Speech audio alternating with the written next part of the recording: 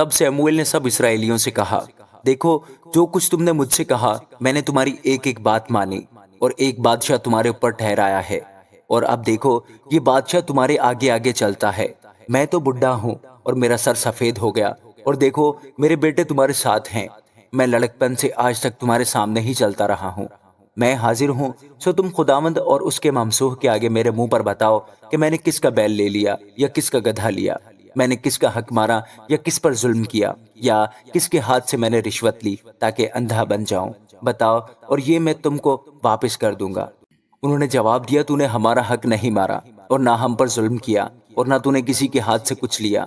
تب اس نے ان سے کہا کہ خداوند تمہارا گواہ اور اس کا ممسوح آج کے دن گواہ ہے کہ میرے پاس تمہارا کچھ نہیں نکلا۔ انہوں نے کہا، وہ گواہ ہے۔ پھر سیموئیل لوگوں سے کہنے لگا، وہ خداوند ہی ہے جس نے موسیٰ اور ہارون کو مقرر کیا اور تمہارے باپ دادا کو ملک مصر سے نکال لایا۔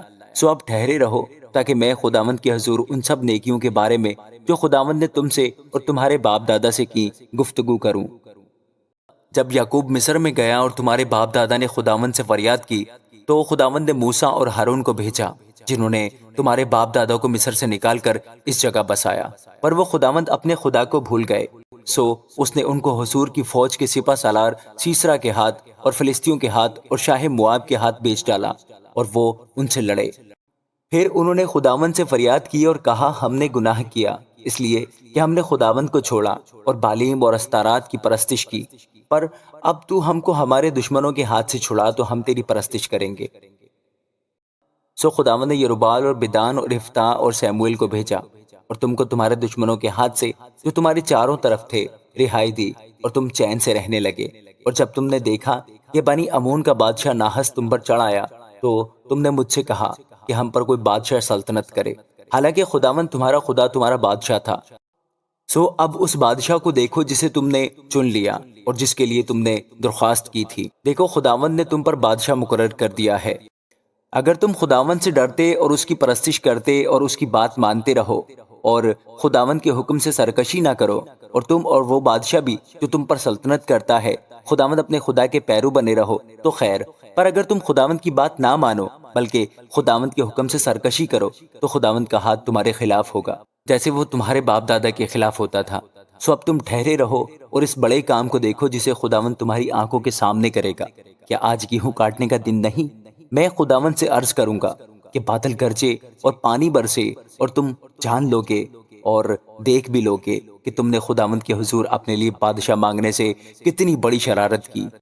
چنانچہ سیموئیل نے خداوند سے عرض کی اور خداوند کی طرف سے اسی دن بادل گرجا اور پانی برسا۔ تب سب لوگ خداوند اور سیموئیل سے نہایت ڈر گئے، اور سب لوگوں نے سیموئیل سے کہا کہ اپنے خادموں کے لیے خداوند اپنے خدا سے دعا کر کہ ہم مر نہ جائیں، کیونکہ ہم نے اپنے سب گناہوں پر یہ شرارت بھی بڑھا دی کہ اپنے لیے ایک بادشاہ مانگا۔ سیموئیل نے لوگوں سے کہا، خوف نہ کرو، یہ سب شرارت تو تم نے کی ہے تو بھی خداوند کی پیروی سے کنارہ کشی نہ کرو، بلکہ اپنے سارے دل سے خداوند کی پرستش کرو۔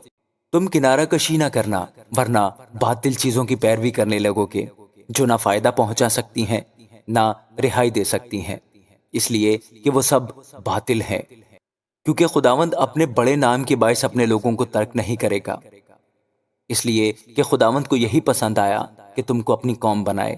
اب رہا میں، سو خدا نہ کرے کہ تمہارے لیے دعا کرنے سے باز آ کر خداوند کا گنہگار ٹھہروں، بلکہ میں وہی راہ جو اچھی اور سیدھی ہے تم کو بتاؤں گا۔ فقط اتنا ہو کہ تم خداوند سے ڈرو اور اپنے سارے دل اور سچائی سے اس کی عبادت کرو، کیونکہ سوچو کہ اس نے تمہارے لیے کیسے بڑے کام کیے ہیں۔